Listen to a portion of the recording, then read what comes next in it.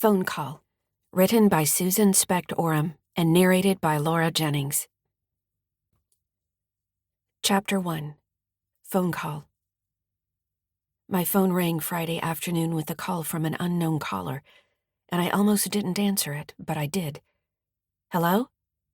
This is Joyce, the nurse practitioner at your mother's primary care office. We spoke last week. Yes, thanks for calling. I wanted to catch you before you flew back to Seattle. I checked, and we have her final biopsy results. We'd been waiting for the results for 17 long days. I said in a low voice. What did it show? I'm sorry to say, we have confirmation she has cancer. We said goodbye, and I went to have a conversation with my mother that we thought we'd never have.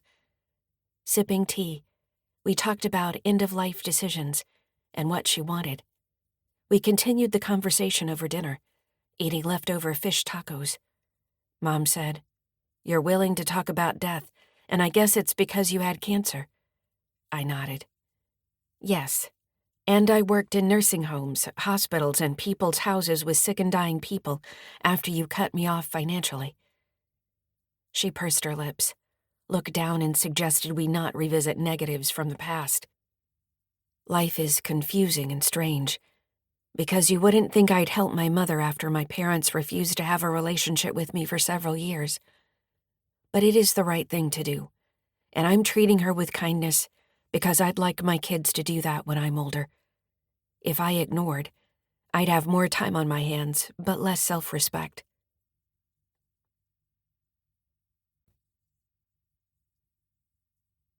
Chapter 2.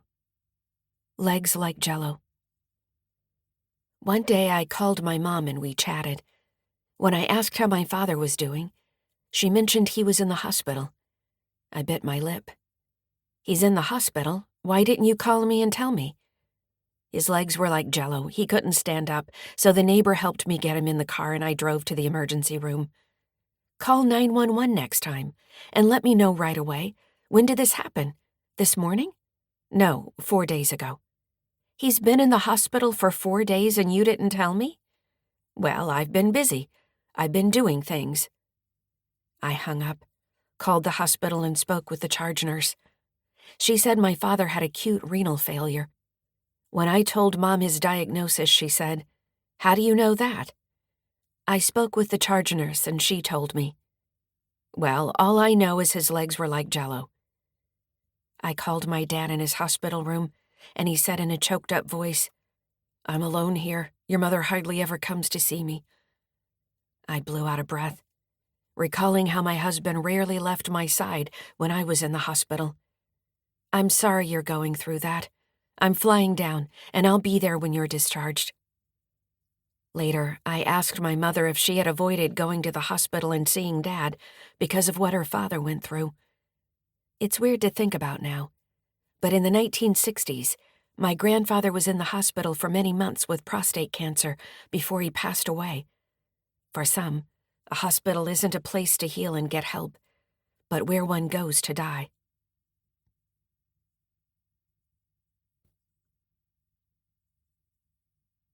Chapter 3. Get back to the dorms. I flew out to Eugene to take classes at the University of Oregon, and my parents shipped my yellow bicycle by train. I slid into a seat at an orientation session being held for transfer students, and soon noticed a guy with curly brown hair in front who raised his hand and asked questions.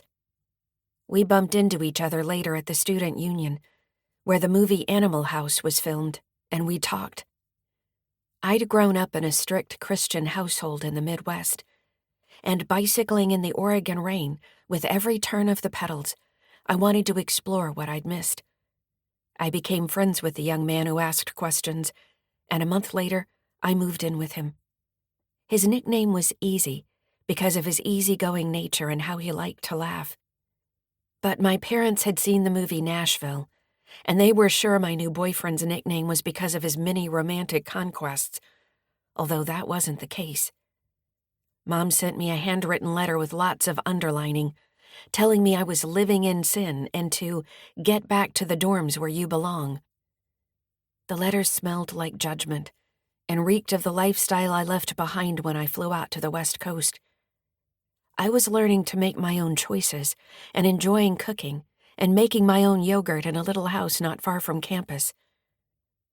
My mother sent a second letter saying if I didn't move back to the dorms where I belonged, they'd cut me off financially. The letter had a mean, strident, angry tone, so much so that the curly-haired man still remembers it, and I do too. I think I tossed it in the trash with the potato peelings. My folks had paid for the first quarter's tuition, but that flew by fast, and I was on my own. For the rest of my undergraduate education, I worked graveyard shifts as a nurse's aide, filling in at hospitals, nursing homes, and in people's houses. The best job I had was at the Student Health Center on campus, where students who were ill stayed overnight. Wiping up vomit from drunk students was disgusting, but at around 4 a.m, a heavenly scent of homemade cinnamon rolls made with butter and brown sugar wafted up from the kitchen and filled the halls. I made friends with a nurse on duty who had a fondness for chocolate pudding pies. We invited her, along with her boyfriend, over for dinner with another couple. And I heated water for spaghetti in a big black canning pot. It took ages for the water to boil, and our guests were growing hungry and glassy-eyed. We finally did eat, sitting on the floor around a brown tablecloth, using second-hand plates and silverware from Goodwill. We became best friends with the couple who lived next door and got puppies around the same time. I wanted a Norwegian elk hound and drove out to Crow, Oregon, isn't that a fabulous name for a town? And brought the puppy home.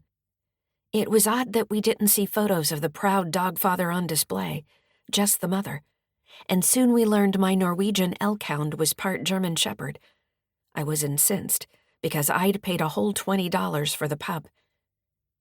A banjo-playing friend moved into an apartment across the parking lot, and when I baked bread, friends would appear at the back door, knocking and asking for a slice. We'd cut the loaf, spreading butter over each piece, and moan at the mouth-watering flavor. All was right with the world. Another friend revealed he'd been a bank robber, and we shrugged. He said he'd used a cap gun, so it wasn't really a big deal. He shouldn't have been charged, and we all nodded.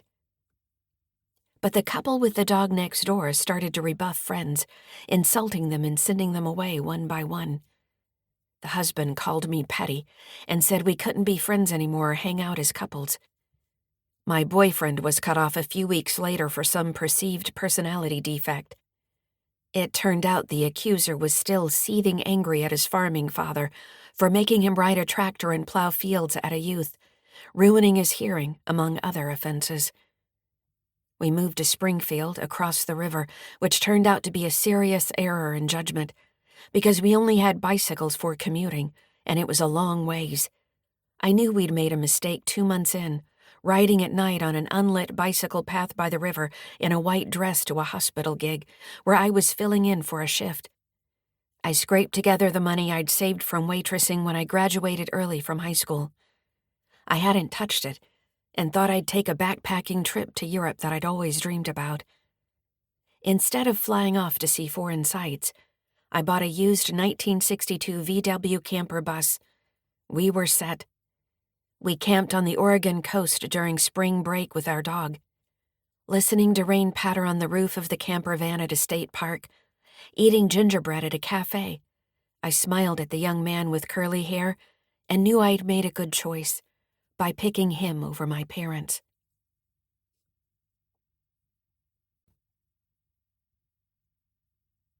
Chapter 4. Work with my father. My dad took me to hardware stores on Sundays. Mom took me to high school, church, shopping, and to see my friends. One day, long before Take Your Child to Work Day, I hopped in the car with my dad and we went to his work. I wore knee-length soft leather boots with fringe at the top, a rust-colored suede skirt, and a blue and yellow striped turtleneck. Clothes were very important to me in high school, so I remember what I wore. My dad had talked at the dinner table about the price of sugar going up, and how he had made a mistake and bought sugar at what turned out to be the peak price. He had been admonished at work for buying 2 or 3 rail car loads of sugar before the price went down, and not foreseeing the future. My father had a pharmacy degree, and he worked for Park Davis, a pharmaceutical company, as vice president of purchasing. I remember cowering in a corner of the dining room when I was sick, and he came at me with a spoon filled with some new flavor of cherry cough syrup being tested at work. It tasted awful, a sweet, cloying taste that sticks to the back of your throat, even after you drink a glass of water. If we had a sore throat, we were told to gargle with Listerine, another product from my dad's company. A bee sting? Benadryl was just the thing to take. Anyway, I went into downtown Detroit with my dad and walked into the office building by the Detroit River. My older brothers and I heard our dad's work stories at the dinner table before I sat by the stereo and did his homework to catch up on reading. That day at his work, we ate lunch in the executive lounge, if I recall right. It was pretty fancy and looked out over the river, where freighters glided by on their way to or from the Great Lakes. Gordon Lightfoot sang about the wreck of the Edmund Fitzgerald, and that ill-fated ship would have passed my father's office building on the way north, before a storm struck, sinking the ship. Many years later, it turned out listening to my dad talk about his job was beneficial when I was a newly divorced single mom of 5-year-olds needing a job. Our daughter nearly died at birth and had a chronic illness, which can stress a marriage. She had been without oxygen for 10 minutes and had a 0 APGAR score out of a possible score of 10. A pediatrician at Children's Hospital in Seattle told us she likely wouldn't make it a day or two, and if she did, she wouldn't be able to walk or feed herself or talk. When she survived and was released from the hospital, I turned into the germ patrol and was super stressed about protecting her health. Doctors put our family in quarantine for the first 2 years, so she wouldn't contract RSV, a deadly respiratory virus. I'm sure I wasn't pleasant to live with, being on edge and sleep-deprived, and the marriage broke apart. I applied at a temp agency for a position, and they were stunned at my typing speed and floored by the number of mistakes I made. They sent me for an interview at a biotechnology company for a summer position to assist with their Wall Street analyst meeting. I was hired, and it turned out I was comfortable in that environment, where they were developing drugs to help patients with cancer, inflammation, and other conditions. Oddly, after 10 years of being a potter and selling at art fairs, but with a master's degree in business, I was well suited to assist with an event and help with logistics, like lining up limos to take executives and Wall Street analysts to dinners at restaurants. Because I grew up around wealthy people, although that description didn't fit our family, I was comfortable talking to analysts who controlled millions and billions of dollars in their funds. They're people, just like the rest of us. My father had passed, but I'll always be thankful to him for the strange stories he shared, like the one about the job interview at a company where he had to go through a secret, hidden, thick metal door, and it turned out they were developing defense biological weapons. Or the one about the new neighbors who were secretly, of course, in the witness protection program. But he guessed, and they moved soon after.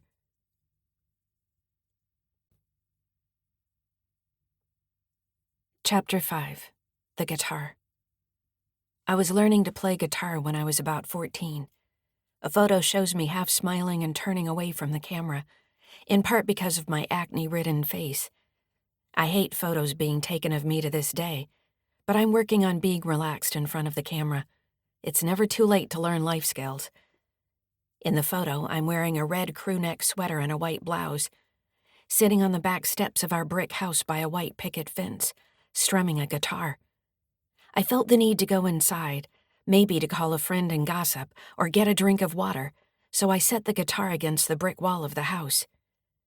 The white fence probably looked on, warning, "Don't do that." But I didn't listen, because I was young. Possessions could be fixed or replaced. I was going to live forever, and so would everyone in my family. But that was before what I know now. I was in the kitchen, perhaps drinking orange high C from a can, and I heard a cry of despair from outside. My mother sounded upset, so I rushed out the back door and stopped in my tracks. She held the mangled neck of the guitar in her hands, cradling it and frowning. She said in a tight voice, "It's broken. How did this happen?" The music stopped that day, and I never played again. The poor guitar was broken in 2 parts at the neck. It must have blown over in the breeze, and it was my fault. She didn't wash my mouth out with lava soap, as she had 2 times before when I yelled swear words. She didn't spank me with a hairbrush, making me lean over her knee, as she had when I was younger, until one day I fought back, jumping up and clenching my fists, saying she couldn't do that. Her eyes grew wide, perhaps realizing I was her size, and that put an end to what she says was Dr. Spock's advice to spank kids to teach them to behave. Mom's vast disappointment in me was evident in her deep sighs as we walked into the house. She grasped the guitar and was silent. I swallowed, and my throat was dry. The somber mood continued, and a pall was cast over the house by my wrongdoing. I felt bad, but shrugged it off with the carelessness of an adolescent. One of my brothers recently asked about the guitar. He wanted to play it, but it was gone. I don't recall what happened to it. Speaking of possessions, I was recently at my mother's home helping her. We went out for a happy hour at a nearby restaurant, eating delicious shrimp tacos and drinking beer, and the owner recognized my extroverted, smiling mother, giving us a discount. In a hoarse voice, she said, "Thank you." We had talked about giving unused items away, so one afternoon I opened a closet and pulled out a metal air horn my parents used when they lived on boat years ago. Grasping the heavy horn in my hand, I went into the dining room. The sun shone on the flower garden. Mom smiled at me, and I held up the chrome horn. "How about we give this away?" She frowned. "Oh no, we can't do that." I cocked my head.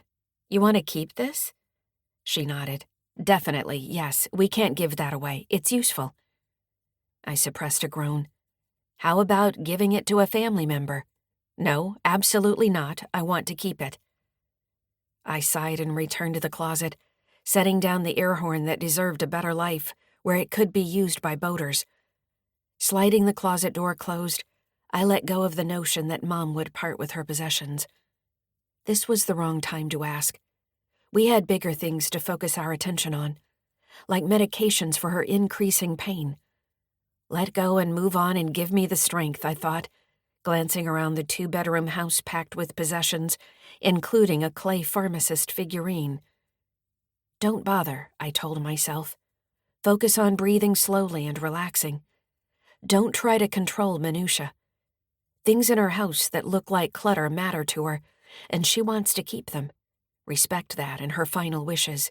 Focus on what matters most. I must find a way to float through this confusing ending time, give her love and survive a tidal wave sweeping us under each day, and we gasp, swimming to shore. I want to be the daughter she needs during this difficult time, but also manage to be a good wife and the dog owner Abby deserves. I'm back home now, writing this, and Abby's head rests on my left knee. The gas fireplace is off, and the morning is underway, with my husband in the shower listening to sports radio at full volume. Bringing myself back from worries about my mother, I ponder the day ahead. What do I want to do with my time? I'm retired, where every week has 6 Saturdays and 1 Sunday. I'll email my mother with an inspiring quote. Finish a library book, and tell you a story about the deathbed promise I made to my father. Those final words changed my life, and I wrote a similar scene in my novel of suspense, Secrets at the Cafe. Here is the quote from Elizabeth Kubler-Ross.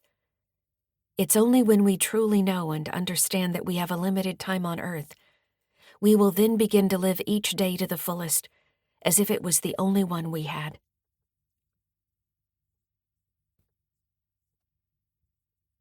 Chapter 6. Firefighters. My mother called one Thursday afternoon and said in a hushed voice, "I think this is it. He took 3 of those vials." I winced. Oh no. My dad was in hospice, and this sounded final. I was 3 states away. She said, "He told me thanks for being my friend." That is so sweet. I glanced at my husband, who was listening, sitting across from me at the kitchen island. My father didn't normally talk like that. Maybe this was the end. "I called hospice to let them know," she said, sounding remarkably coherent and composed given the circumstances. "Okay, let me know what they say." I hung up, and Jerry said, "You'd better go." My brain froze. My fingers hovered over the laptop keyboard. I knew I wanted to see what flights were available, but I was suddenly lightheaded. It was difficult to breathe. "Slow down," he said. "Take a moment. It can wait until you collect your thoughts." "But I need to book a flight now." I logged onto my favorite airline's website. My mind went blank. I couldn't concentrate. I leaned against the counter and let out a long sigh. Inhaling a deep breath, I drank a glass of water, wiped away a tear, and turned my attention to booking a flight. I tapped on the keyboard. "There's only one seat left on the 1 o'clock flight tomorrow. I'll take that." My jaw dropped. "It's gone. Someone just took it." Searching for earlier flights, there was one seat left on the 6 in the morning flight out of Everett, north of Seattle. I booked it. I looked up, blinking back tears, because although I'd known this day would come, I wasn't ready. I blew out a breath and said to Jerry, "I got the last seat on the 6 o'clock flight." His eyes opened wide. 6 in the evening? "No, the first flight in the morning. We'll leave here at 3:30 tomorrow morning." We groaned at the early departure time and embraced each other. He is an unwanted expert in dying because his parents had passed away. Mine were breakers of statistical averages, bringing up the longevity curve. Dad bragged after doctor visits that the staff said he looked young, as if he was in his 70s, when he was 93. He believed his comb-over created a youthful appearance. When he was 70, he fit into his junior high gym shorts. He kept them. I inherited the genes for looking younger, which worked against me when a client at a consulting firm thought I was in high school. But I had graduated from college 2 years before. But my youthful looks vanished after a year of cancer treatments, in what a friend called the longest year of our lives. As tough as that time was, cancer made me look ahead and create a vision for the rest of my life. I wanted to write full-time. But back to my dad. Tears streamed down my cheeks at Payne Field in Everett as I boarded the plane. It was one of those moments where you know you're in touch with a big, important part of life, with your heart wide open, standing on the edge of death and grieving. I flew into San Francisco, took an Uber north, and used my key to let myself into their house. The place was quiet. My dad was in bed and couldn't talk or open his eyes. I spoke with my mom and then said I loved him. I asked him to blink if he wanted jazz music put on. His right eye blinked, but the left one didn't move. "Only his right eye blinked," I said, looking at my mother. She said, "His left eye stopped working." I took my mom's laptop, signed up for Pandora, and picked a jazz music station. When the first busy notes tumbled out, I looked at Dad, who was frowning, and I said, "Sorry, that's right, you wanted soft jazz. Hold on." I changed the station to soft jazz, and his clenched hands relaxed. His facial features softened. A lot happened that day as Mom helped him walk his last mile. Reading from a red prayer book from church, I joked later that she had stolen it from church, but she didn't find it funny. A hospice nurse sat with us during the day and into late afternoon, increasing the doses of his medications and adding new ones to relieve his pain. She had barely brushed against the big toe on his right foot, coming around the bed when she first arrived, and he yelped in pain. Firefighters arrived to help Dad sit up in bed because he was sinking down, despite being propped up on pillows. A quick call was put into a hospital bed company, and the guy came right over, setting up the bed and telling me his life story. It was fascinating, but given what was going on that day, I forget the details. The firefighters were to carry my fading father from the marriage bed, used by them for a gazillion years, to the newly set-up hospital bed in the living room. Jazz music was no longer playing. Dad was unresponsive now, and the nurse couldn't administer meds through his mouth because he couldn't swallow. He was choking on his saliva, which was not the way he'd want to die, and none of us would. 3 firefighters, one young, one middle-aged, and one a bit older, all beefy and strong, lifted my dad, and I left the small bedroom because it was too crowded. A neighbor came over to ask what was going on because she saw the fire truck. Mom spoke to her, and the younger red-faced firefighter rushed out, waving his hands at me in the living room. "We lost pulse. DNR?" I opened my eyes wide. "What? DNR? Does he have a DNR?" "Yes." I ran to the kitchen, pulled the pulsed form with the do not resuscitate order off the refrigerator, where we'd placed it 5 years before, and handed it to him. "Got it," he called, racing into the bedroom. The middle-aged firefighter with defined biceps said, "Pulse came back on its own. We'd better leave him and not move him. Got any more pillows to prop up his head?" We gathered pillows and the firefighters stood on the bed, pulling Dad's frail body up higher in the bed, moving him gently and firmly, with respect. The younger flushed-faced man turned to me, saying in a low voice, "What's wrong with him?" I said, "He's dying. Today might be his last day." And it was.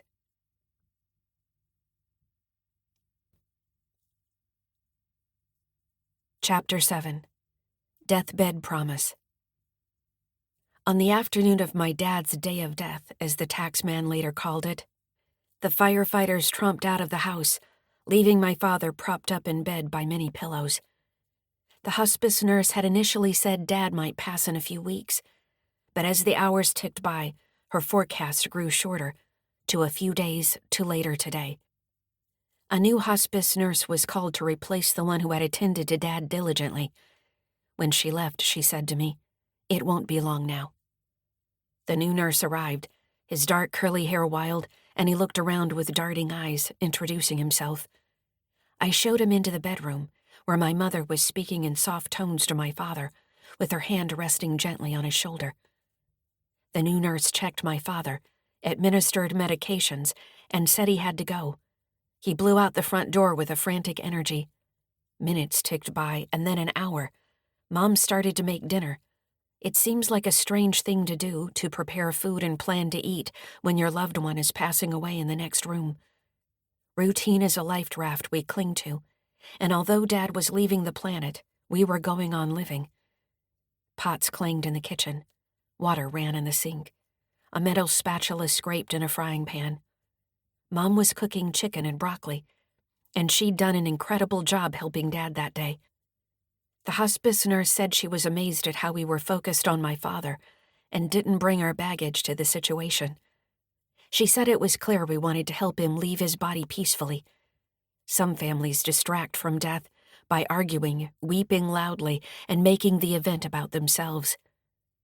My father had been in severe pain for years, an 11 on a 10 scale of pain, he told us, and the peripheral neuropathy in his hands and feet shrank his life. He rarely left the house in his last year. He was ready to go, and our job was to support him. He told me in confidence on a previous visit, leaning forward in his recliner and saying in a soft voice when Mom was out of the room, how he'd been considering driving to Hoover Dam, where the huge magnet would make his pacemaker stop. Or a new iPhone battery held against his heart might have the same effect, to stop his heart. But hospice was a better way, he eventually decided. Mom hunched over the stove, grim-faced and jaw-clenched.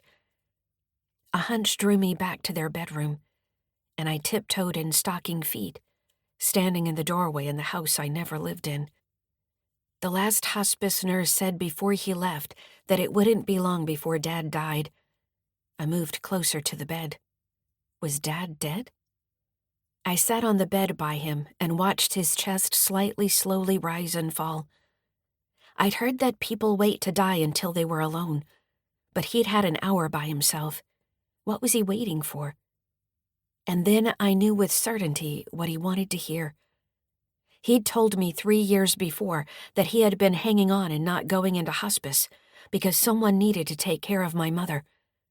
His eyes filled with tears, and he said she couldn't manage on her own.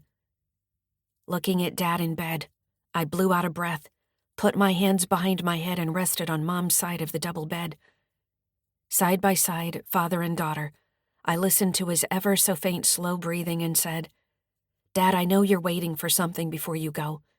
You spoke with your sons and they said they loved you, and it was okay for you to go. Mom has been here, and I have too, saying our goodbyes. I waited a beat and continued.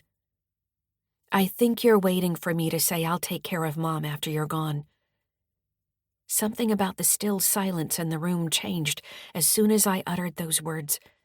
His chest didn't move, as if he was waiting for what I'd say next. I'll take care of Mom, don't worry.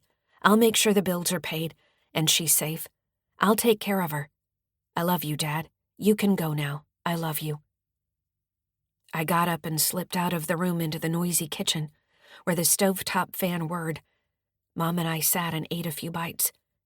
5 minutes after we started eating, I set down my fork and knife. I'll check on Dad, I said. I think he passed. And he had. His chest wasn't rising or falling any longer. I didn't go close to check for a pulse or see if he was breathing, because I felt like my mother might want to do it. I went into the kitchen and told Mom I thought he'd passed. She got up, went into the bedroom, and confirmed it in a calm voice. We called hospice to report it, and a nurse came an hour later, pronouncing Dad dead. A few hours later, 2 mortuary workers dressed in black arrived in an unmarked van in the dark of night. One man was tall and thin. The other was short and plump, as if they had popped out of a cartoon show. They zipped my father's husk of a shell into a black body bag and wheeled him on a gurney out of the house. Mom and I stood at the living room window waving goodbye to Dad, and they loaded him into the back of a van. They drove off, and we closed the window blinds, going to bed. Dad was gone, and a new chapter of our lives had begun.